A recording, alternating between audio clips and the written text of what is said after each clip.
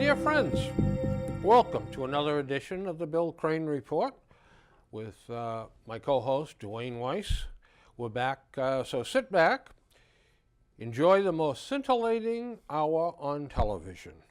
Duane and I have got a real bushel barrel of very important topics for you, so enough chatter, let's get on with it. Good enough, Bill. Duane, I'm going to give you something. I haven't been giving you things, but I'm going to share.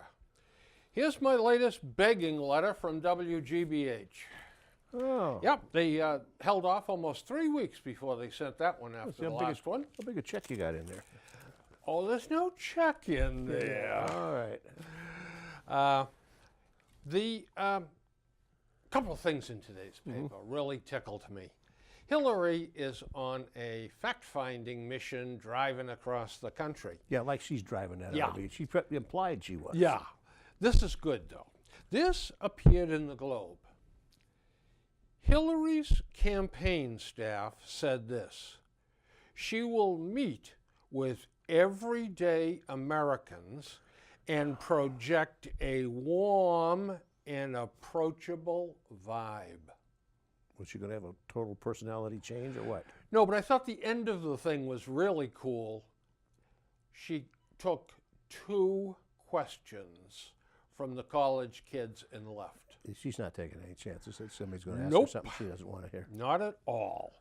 Now, here's an interesting fact from you that'll amuse your friends. The average rainfall for our area here through yesterday was, I should say, precipitation. Okay. 12.85 inches. How much do you suppose we've had so far? I'm going to say double that. 10.89. We're 2 inches behind. 2 inches behind. Yeah, because of that powder dry snow. Oh, that's right. That was We not got- out of moisture content, That's was it? right. Yep. Yeah.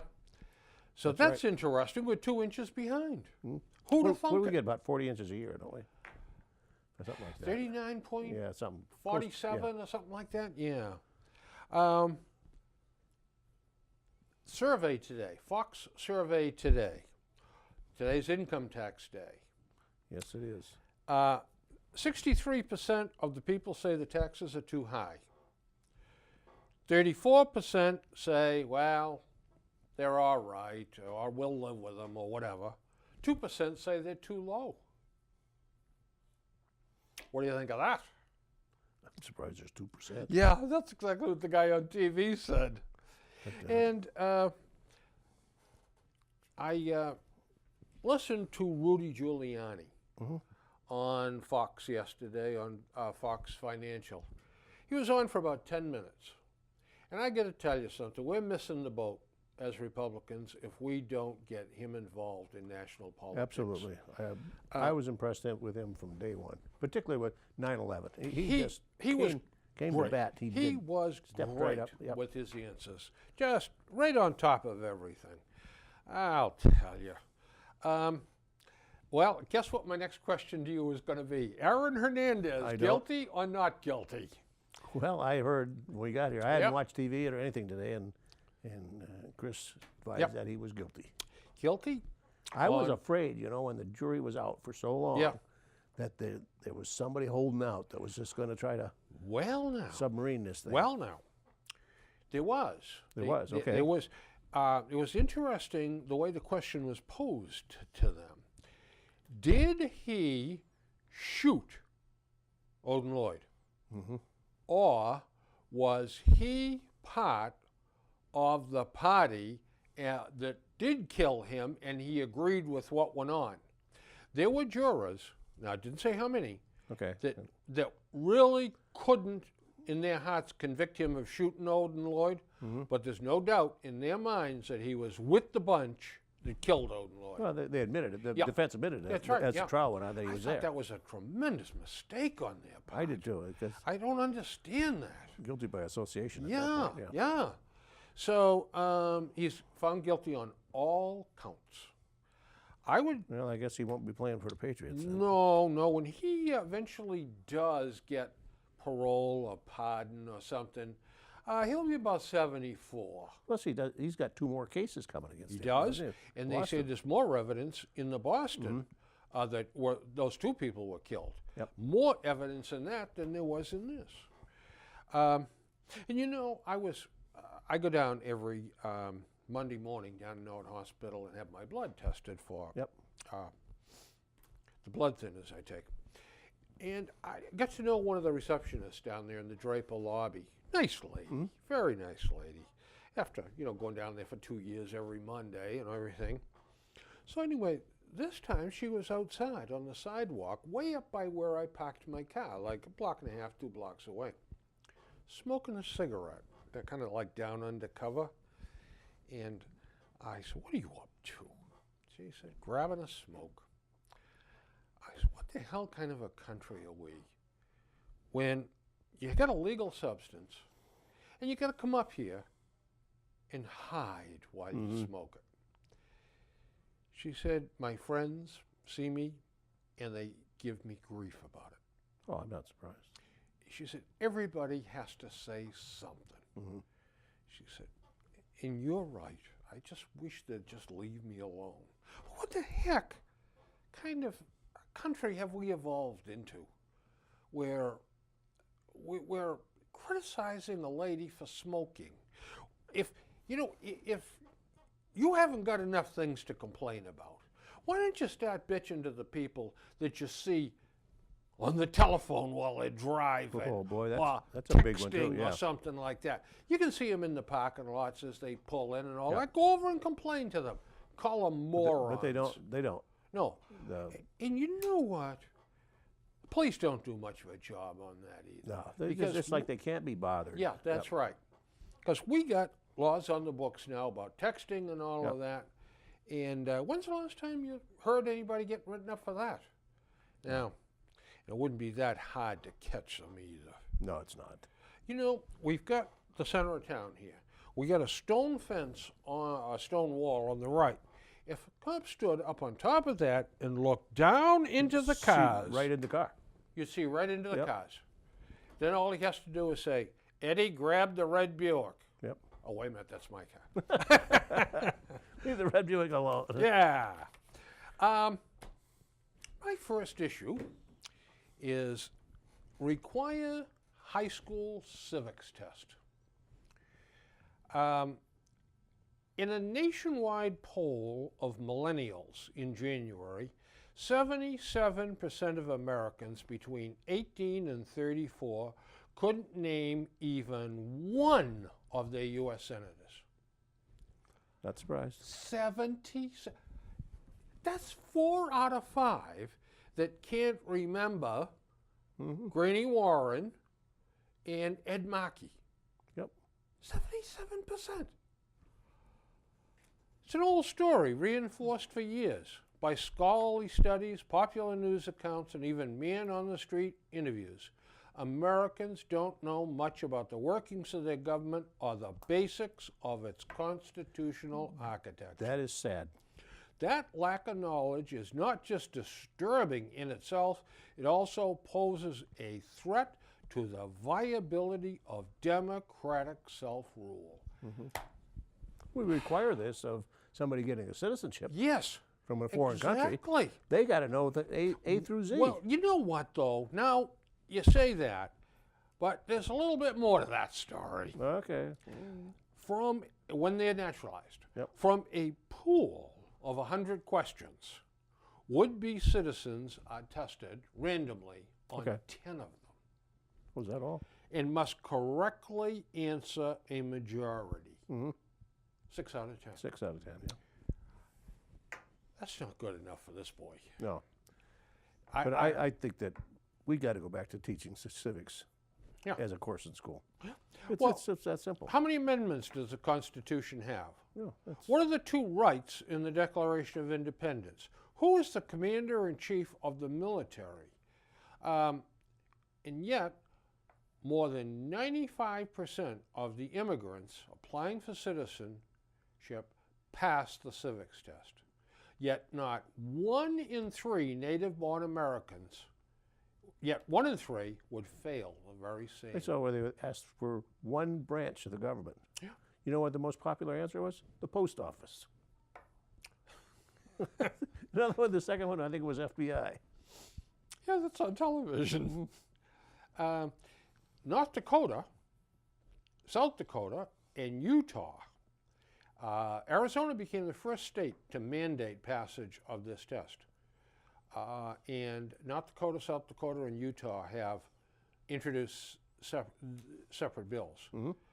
And so what they're saying is all high school seniors have to pass this before they can register to vote. Nothing wrong with that. Nothing wrong with that at all. Nothing wrong with that at all. And it doesn't discriminate. No. This is all people. So this isn't some deal cooked up. Oh, this is trying to stop minorities from voting. Listen, it stops everybody from voting that doesn't understand how our country works. Exactly right. And another article, by the way. Well, look at the dummies we elect in this state. We should have had a requirement like that for a long time here. Should have had a requirement for the people running. This is really something, too. In Arizona, when they passed this, just 13% of high school seniors scored as proficient or higher in American history in the 2010 National Assessment of Educational Process. 13 out of 100 I know, that's passed as proficient. It's terrible. And the Arizona-based Joe Foss Institute has set a goal of having all 50 states adopt U.S. citizenship requirements by high school students by 2017. You know, and when I see that 95% of the immigrants pass this, you know, there's part of me that says, I wonder who's administering the test and how strictly it's being administered. And they just, come on, let's get this over with. Come on, you know the answer to it. You know, well, you pass.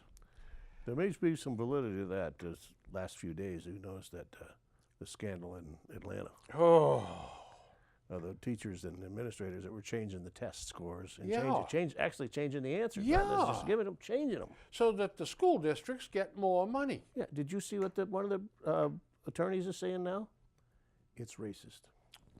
They're all black, and the judge is white. It's obviously he's a racist. Yeah. Yeah, that's all obvious as the nose on my face. Craziness, craziness, craziness. Absolutely. You know, and I just wrote this down myself. A certificate should be issued for successful testing. This should be required for registering to vote.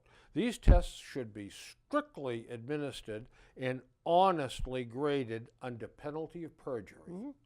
The tests will be given in English only. That's right. I've had enough of having it available in 96 different languages. You bet. Tibetan and everything. Follow-up department. We talked about this last week.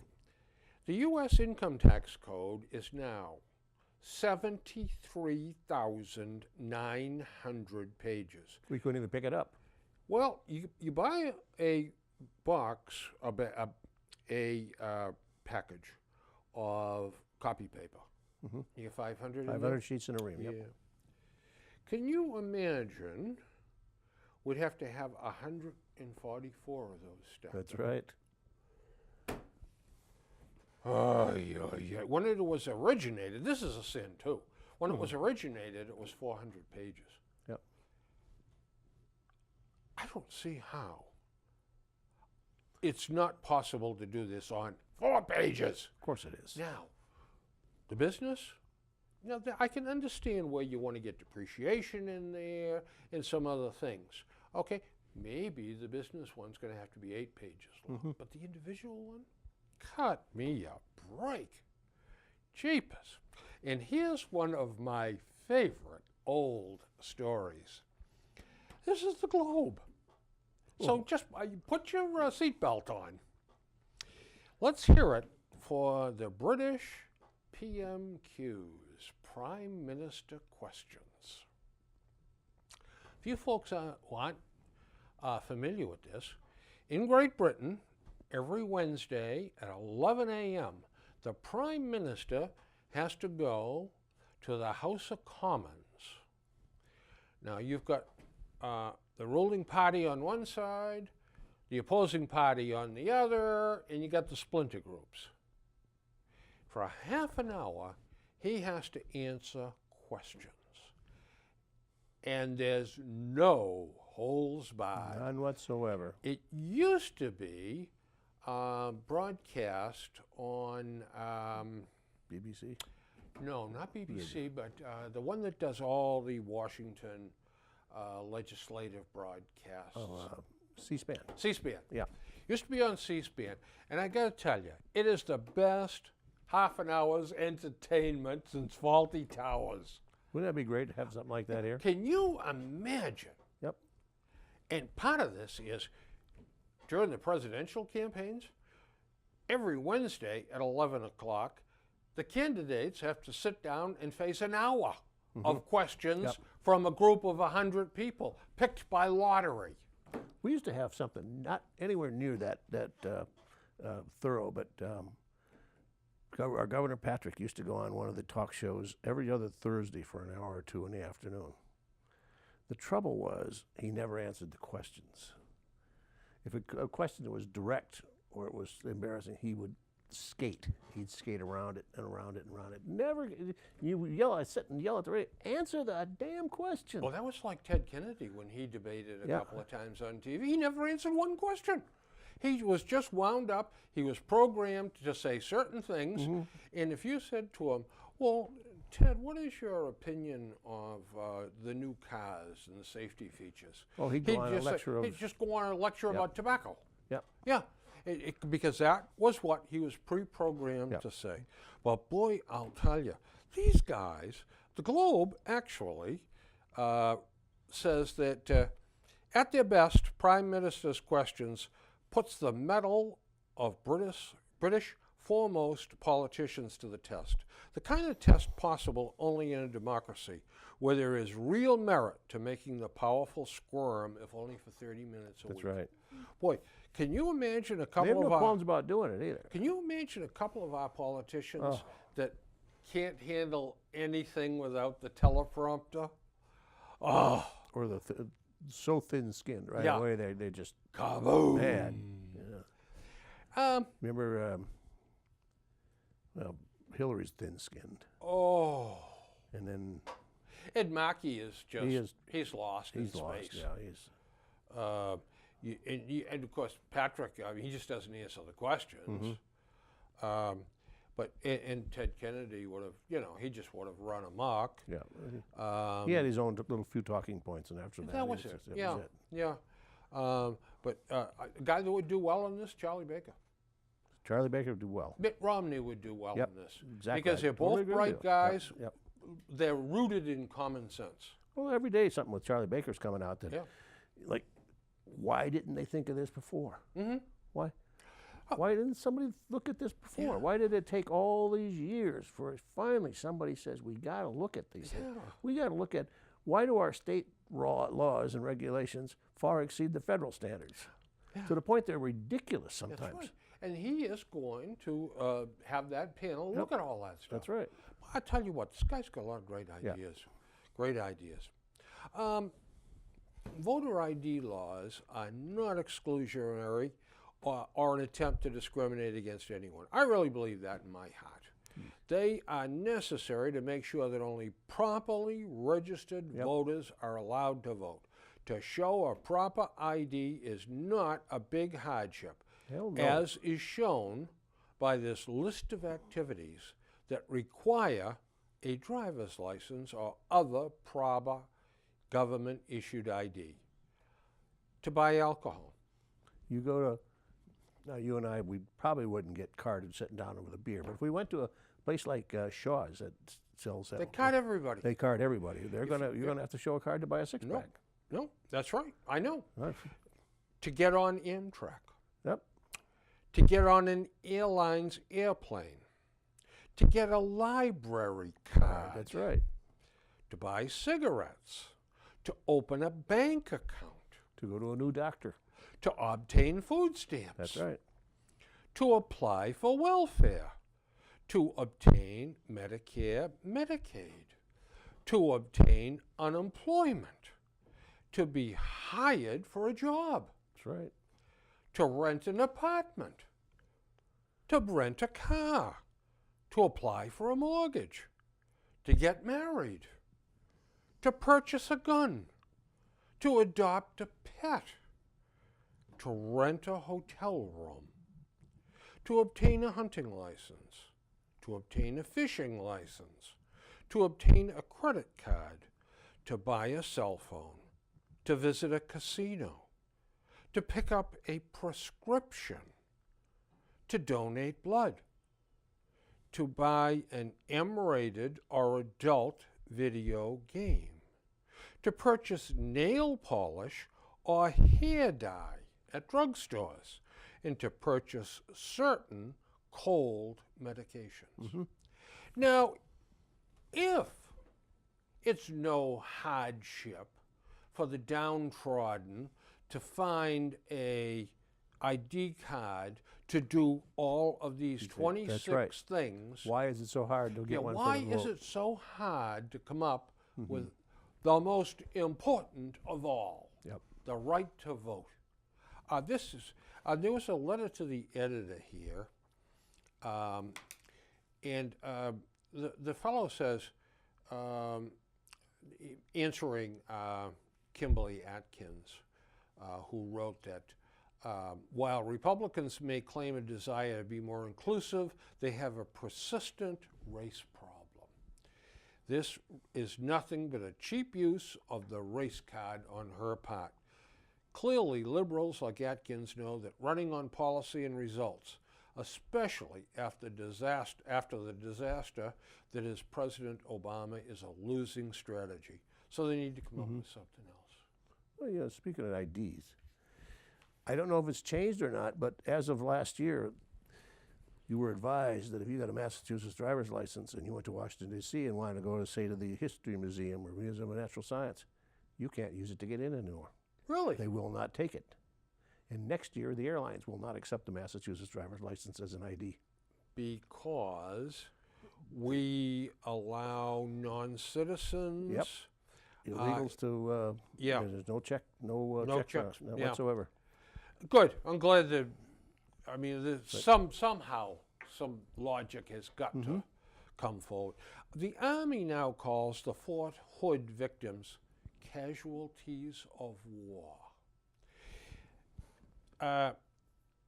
We hope today, in some small way, we will help to heal the wounds that you have suffered.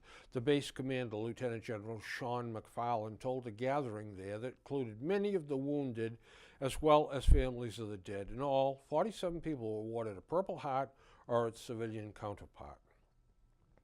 The medals have been a long time in coming, though government investigators said the gunman, Major Nidal Hassan, an Army psychiatrist, was motivated by his radical Muslim beliefs. And the shootings were called an act of terror in a 2011 Senate report. The Pentagon labeled the shootings a domestic criminal attack and said victims were ineligible for honors and benefits.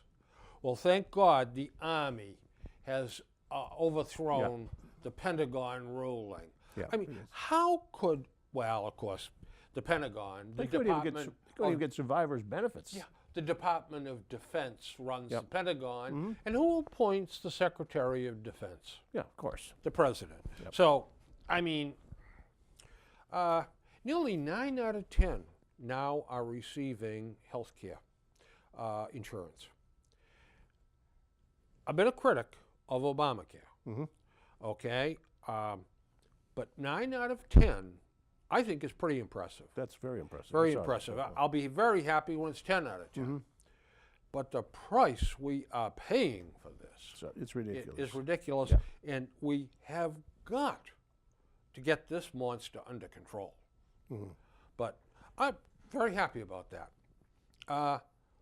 Wave of teen suicides plague South Dakota tribe. The Indians in South Dakota at the Pine Ridge Indian Reservation, Which, by the way, is huge. Yeah, they on December 12th, a 14-year-old boy hung himself.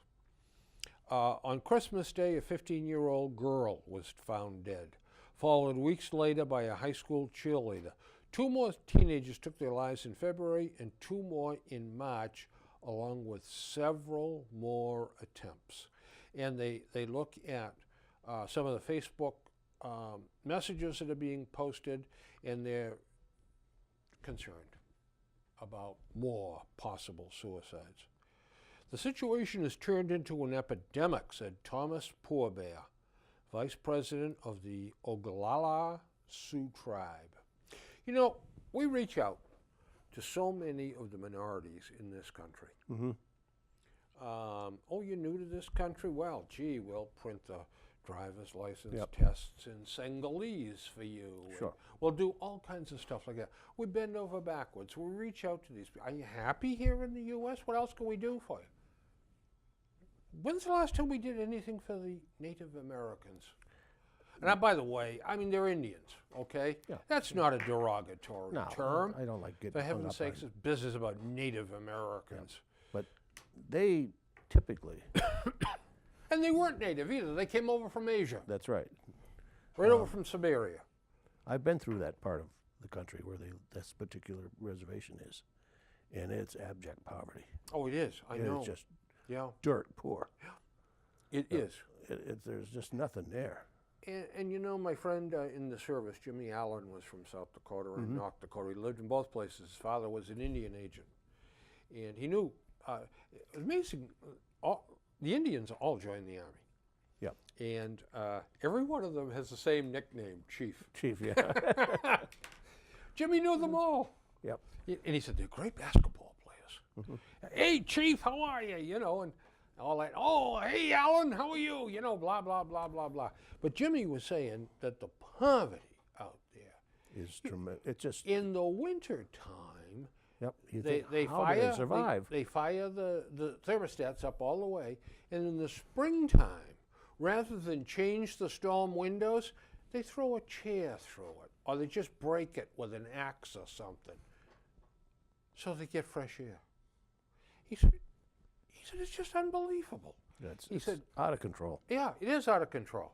You know, and there's so much crime on the reservation too. I don't think we're doing right by the Indians. I don't think we ever have. No, and I think there should have been, well, maybe not. I might be totally off base here, but it seems that if they would abandon the reservation, they'd be much better off than trying to stay on the reservation, because there's nothing there for them. There isn't, but they get a government check. They'll get that check. They don't have to work. Yep. They get health care. Yep. And you know, all they do is drink, take drugs. Oh, that is definitely a problem. Alcoholism is huge a huge problem. Yeah. On reservations. And there's the suicide rate, just what we were talking about. Now it's teenagers. I mean, they look at their lives and they say, you know, look at my father, look at my uncle, Chief Blackwood, look at my aunt, Minnehaha, alcoholics, drug addicts. He's old at 44. What have I got for a life? What have I got for a future, you Nothing. know? Just absolutely nothing. And they're housebound. They won't leave the reservation. And they could get, in South Dakota, it's either South Dakota or North Dakota, maybe it's both of them. They get free tuition. Both of them do. In the state universities. But that's tough. That is a tough deal. Sure is. And I don't think we reach out to them worth a dime. Maybe I'm totally wrong. I don't know. I agree. I don't think we do. Yeah. Not comparison, like you said, to the other Yeah. minorities. Yeah, to the other entities that we build homes in the inner cities for, and Affirmative action. affirmative action and all that stuff. We need a plan like that for the Indians.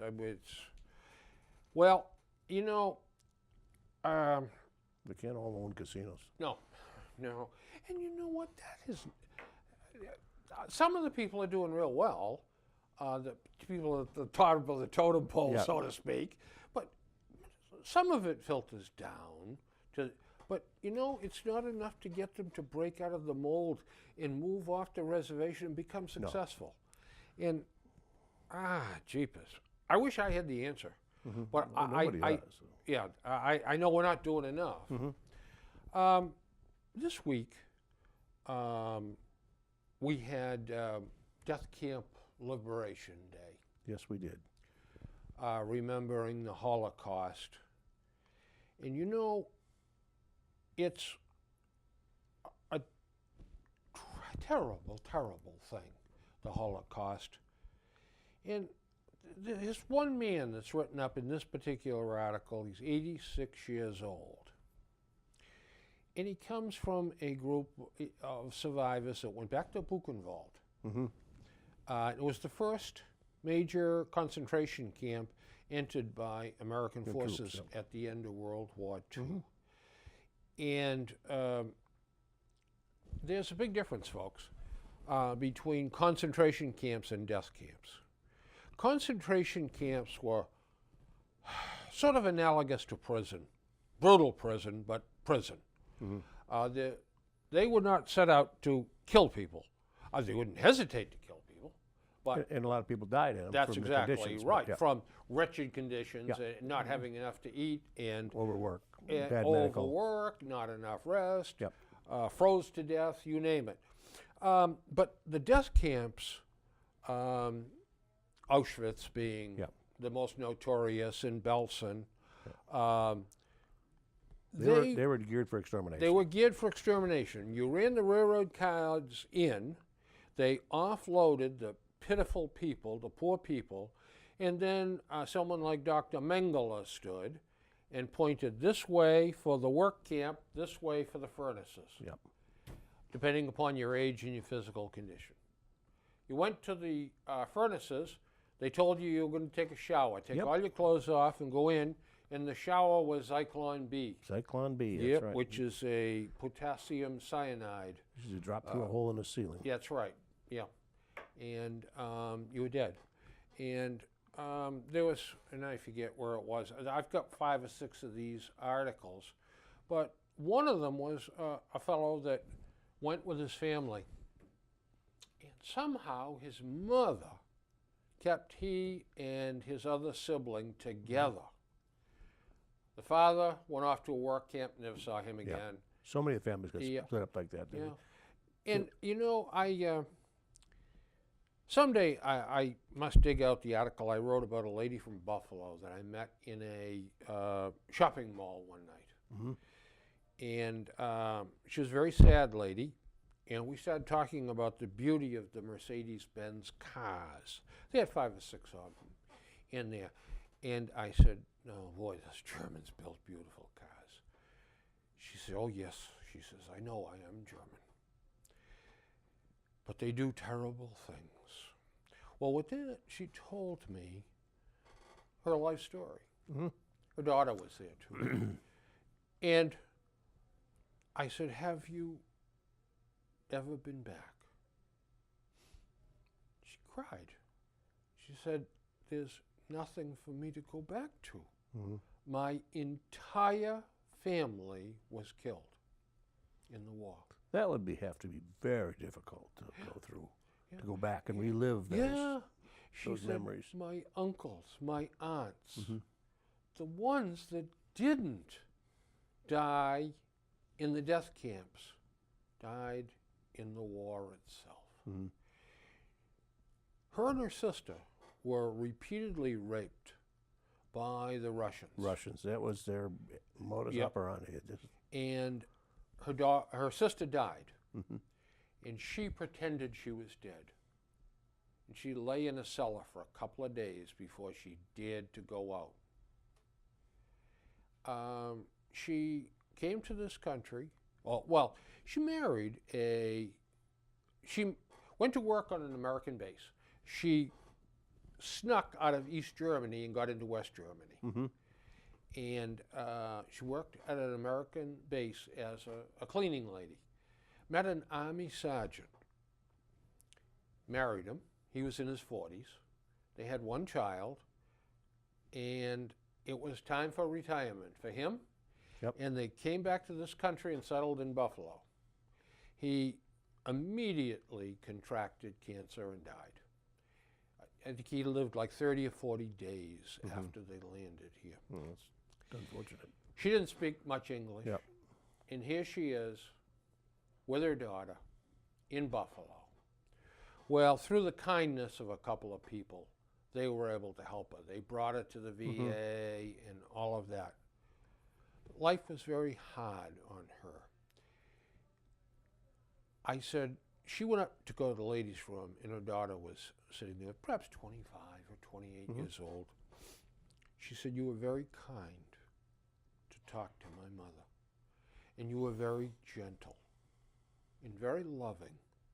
She said, I cannot thank you enough. And I said, well, you know, I had to do it. You know, your mother's a very nice lady, and she's had a tough, tough life. I said, what does she do every day? Well, she has good days and bad days. On the bad days, she sits in one chair by a window and cries all day. And on the good days, oh, she sits in the same chair and looks out the window. Yeah. You Terrible. imagine somebody like that to go back and relive that, though? Well, you know, that's the same thing that I talked to about a friend of mine that had been in Vietnam. And I said, you know, sometime, I said, you need to tell me what it was like over there. And he said, Bill, he says, you're a good friend. He said, I like you.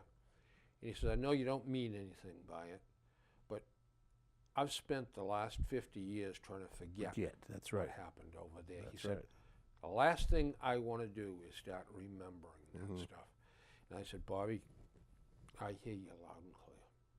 So what I'd like to do in the next month or so, Duane, is do a show on the Holocaust. I've got a lot of material on that, and there's an awful lot to be said about what went on there. It's not taught in school worth a damn. No, not at all. Yeah. But that leads into another story, and that leads into terrorists storm Kenyon University, kill 147 Oh, my God. Christians. Yeah, unless you read the Globe. We are... They've taken that word out of there now. no, actually, they got it in here. Well, how far Well, down? perhaps... Okay, then it's in one of their editorials. Yeah. But nonetheless, they... they say this. Area outside, yesterday where gunmen opened fire on non-Muslims. Yeah. This is genocide that's going on in the Middle East. Absolutely. The 21 beheadings of the Christian martyrs. That's right. Where is our president? Why isn't he speaking out on what is happening to Christians in... Worldwide. Yeah, worldwide. Yeah, Worldwide. The Pope worldwide. He's Pope, mentioned that a couple you times. bet. For the past And few the weeks. Pope laid it on the line with the Turks, too. That's right. And what The we Armenians. tend to forget is it was Armenian Christians that they slaughtered. 1.5 million people died. The last article I read came from the Globe. I got it here. I won't read through it, but they read that they printed it, and it was a Times article. The Globe picks up a lot of New York Times. They used to be part of the same organization, but and they said how the Islamic, whatever you want, I forgot who they are. The Boko, not Boko Haram, are they? No, how'd you say ISIS? That's ISIS, yeah. told the kids to come on out.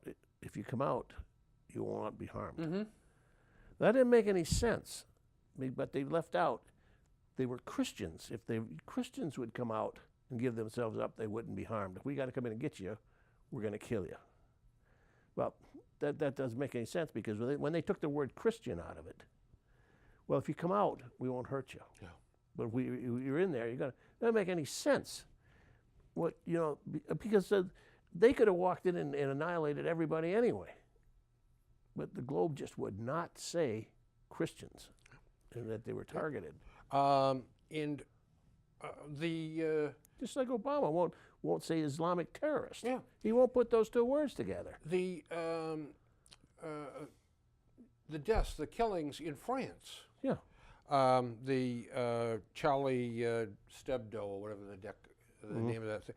Those were Jewish people. Yep. And the ones that killed in Belgium were Jews. I mean, this sort of behavior, whether it's against Christians or against Jews, is becoming commonplace. Now, France has always been probably the most anti-Semitic of the countries in Europe. That's a fair statement. And Ray Flynn's got a great article here. Where is the moral outrage over ISIS? Mm-hmm. Why can't our administration speak up and speak the truth? A general recently, the past month, said when they brought up that Obama will not say Islamic terrorist, he said, if you can't identify an enemy, you can't defeat him. That's right, yeah. You don't know who you're fighting against. That's it exactly. And there was also another, I know what it was. I think it was in the Globe this morning. The Nigerians admit that all those kids, all the young ladies that were kidnapped, we don't know where they're gone. They may be dead. They may be married. God knows they may be enslaved someplace. That's Boko Haram. Yeah, Boko Haram. They are. Yep. They even make ISIS look bad, if that's possible. Yeah, I know. So we need to talk more about that. I think. Boko Haram, what that translates from. Yeah, I did know. Girls' education is wrong or sinful. Yeah, book is evil. That's part of it too. I guess what Boko is book. I don't know, but they're a dreadful lot. Oh my God, it's hard to say that they're even human. Mm-hmm. Here's the funny part about this is, and I go back to my old friend Joe Joe Okoli. Okay. He was from Nigeria. And I said to him one night, we were working together down a Factory Mutual down Norwood a few years ago when we were security guards. And I said to Joe, tell me something, Joe. Is Nigeria better off now than it was under colonial British rule? Joe had one of these infectious belly laughs. Mm-hmm. And he laughed. And he said, no, Bill. He said, everything is terrible. He said, under British Commonwealth rule, with British Commonwealth status, we had clean drinking water. Mm-hmm. Right. We had roads. Now, they're not super highways. No. But they were roads, and they were roads. maintained. Mm-hmm. We had education. We had health care. We had hospitals. He said, we have nothing now in Nigeria. Nothing. I said to him, Joe, would you have favored staying under British Commonwealth rule? He said, oh, yes, Bill. Oh, yes. I said, how long before do you think, if the British continued working with the Nigerians, do you think they would have got them up to speed? Oh, he said, I think I would safely say 100 years. Look what they found today when they went back to Iraq. The new troops that went back for another tour. They couldn't believe we left this place. Fully staffed, fully operational, fully functional military. It's all going to hell. Desertions. Yeah. The equipment is gone. It's been sold on the black market. That's right. Ay, ay, ay.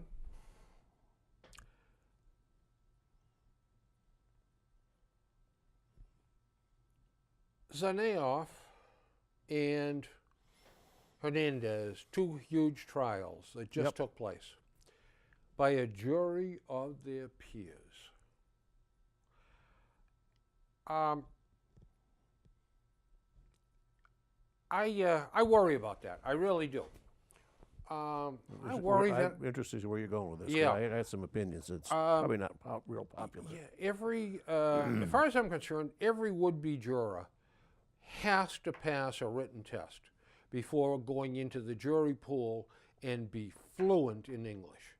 You can't have someone who has been naturalized, who speaks with and understands with a heavy accent. You can't expect that man to sit there, or lady, and discern what's going on. That's right. Um, Parts of the English judicial system don't use jurors or peers juries. They use professional jurists. well, that's exactly what I'm coming to. There's yeah. none of this. The theatrics of the defense attorneys or the prosecutors doesn't work with them. That's right. And the fairest way, right up here on top, would have been no jury, trial by a judge or a 3-judge panel. That's right. But as an adjunct to that, professional jurors. You're absolutely right. You take the drama out of it. You take all the You got All you of got the- background checks on Yep. these people. You've studied them up one side and back down the other. Have professionals and grade them That's right. and pay them well. And it would be much cheaper than the way, and much fairer than the way yeah. it's going now. Take a look at the O.J. Simpson trial. Oh my God, that's such a farce. That was Unbelievable. ridiculous. Unbelievable. That came into the point where we're going to get him off. That's all it was. That's it. Exactly. Oh yeah. Because it's so easy Of course. to get onto a jury. You could have done it with Sonara or with Hernandez. You lie a little bit on the jury selection. Yeah, and one woman did lie, and they caught her in it, and she should have been prosecuted for perjury. That's right. Yeah. But you get yourself paneled to sit on that jury, you can raise all Billy hell at that trial. Well, and not only that, but afterwards, you can sell your story to some newspaper right. or write a book. And hooray for me, I'm a celebrity. So many of these people want to do that. Yeah. That's exactly who I don't want sitting on my jury. Me neither. Boy. By the way, here's just another little story. Some parents I've talked to will not allow their kids to have or play with toy guns. Are they every bit as vigilant when it comes to video games where violence and death are commonplace? On TV where violence abounds, and rap music where lyrics are laced with obscenities and I have violence? to admit, Bill, I have a son, I have grandkids, and originally they couldn't have guns, toy guns. Now they've got toy machine guns, they've got everything. That didn't last very long with 2 boys that are real boys, that. It's that playing with toy guns doesn't cause these problems. It does not. No. And it's stuff like gangster rap, Yeah. where you talk about women as hoes and, We grew up, we didn't have enough money to get decent toy guns. We had to use sticks and stuff for our We fingers. did. In fact, we had one of the kids, his father had a saw in the cellar, and he'd take the outline of a gun and cut it out. Yeah, his dad made him Tommy guns like Yeah. that. They were perfect.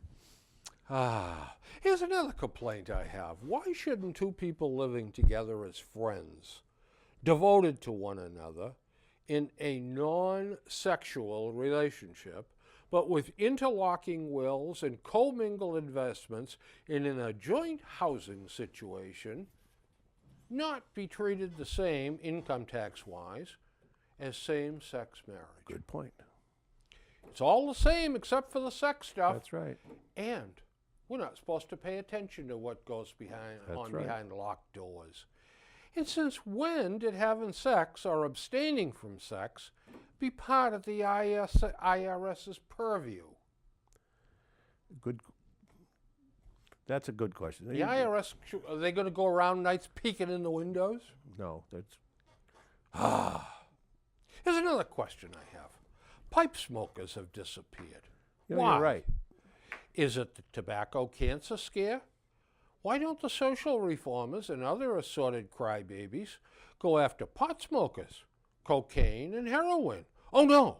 That sect, the ultra-liberals and the college professors, want to legalize that poison.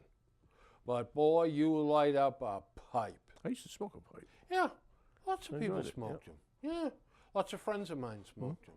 Relatives smoked them. Yeah. They're no worse than cigarettes. Oh, some of them were smelled. They always smell better than they taste. Yeah.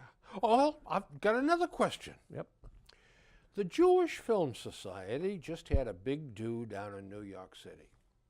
The Gay Film Society has their own do in P-Town this summer. The French Film Society has their annual bash in Cannes, in France, and the Black Film Society does their thing. What if a white film society formed up for a big awards dinner? Can't do it. The cries of racist Yep. pigs, KKK members, rednecks, and rotten bigots would be heard loudly, and there would be marches in the street, led no doubt by the Reverend Al Sharpton. Al Sharpton, good old Al. What's the difference between this and all the other groups? Nothing, but it's a different standard, different judge, different. Boy, oh boy. It's been like that for years. Thoughts while having a colonoscopy. The drink Not my favorite activity. is the worst. Oh, that the exam itself is it's nothing. Now, have you had a colonoscopy in the last 4 years? Yeah. Okay, so you've used the new stuff. Yeah. Okay, that's better than the old stuff. Oh my God, it's total different. The old stuff was like rat poison. Yeah. But the procedure, now I went in, by the way, everything went perfect down at our hospital. That was the nicest bunch of people. Yeah, they're nice. They were setup there. terrific. And Dr. Pava was great. I use Dr. Ritter. Yeah, she's in the same office. He's in the same Yeah. office with her. The procedure is a breeze because they knock you out now. Yeah, the Twilight. Yeah, no, full out. I would never remember even the Twilight. I never knew what was going Yeah. on. But the first one I did, because I remember he asked me. He said, "Do you want to watch it, or do you know?" He said, "If you want to watch, right here on the TV, what's going on." And I only saw about 10 seconds of it because I just was, boom, boom, boom, boom, boom, boom, boom, this way and that way. So, Yeah, now they knock you cold turkey, and they tell you right up front. And the doctor, anesthesiologist was a doctor, she said, "Bill," she said, "I got you all hooked up. I'm going to turn you on. There, you're on. Think about your favorite place that you would like to be Oh yeah. and tell me about it." And I said, "I'd like to be fishing." That was it. I had his procedure. He told me call back from 100. I got about 97. And that was it. And then they were waking me up. And now, we have a big problem in this country with executions. Now, Oh, that's if this, perfect. what is wrong with using this bug juice Nothing. and saying 5? Okay. What's wrong with using this bug juice and putting them under? Nothing. And then give him any bloody thing you want because he's Nothing. not going to feel a thing. That's the whole point. You can anesthetize somebody for major surgery, and they go to sleep, and they're in such a deep sleep, they're completely unaware of what's going on anyway, even with a surgical procedure going on. This fact that they have to have a certain chemical. Yeah. And if you don't have it, then it's some kind of cruel and unusual. God. I mean, this one was, I was just gone. I believe, didn't Utah just bring back the firing squad? Yep. that's what I Yeah, they're thought. talking about it. Or they did. Yeah, talk about it. and it was an option. Yep. I think one guy took it. Gary, whatever his name was out there, the mass murderer. We're having an interesting metamorphosis in this country. We downsized. The green people are great, you know. Cadillac and Lincoln downsized their big, luxurious cars to these little scooters with 2 4-cylinder engines and turbochargers and all that stuff. Guess what? this may come as a shock, but not to you, because you are a wise man. But sales are way down. Of course they are. So guess what Cadillac and Lincoln are doing? Lincoln is bringing out the Continental again. And it's going to be priced at $80,000. Yep. It's going to have a brand new high-tech V8.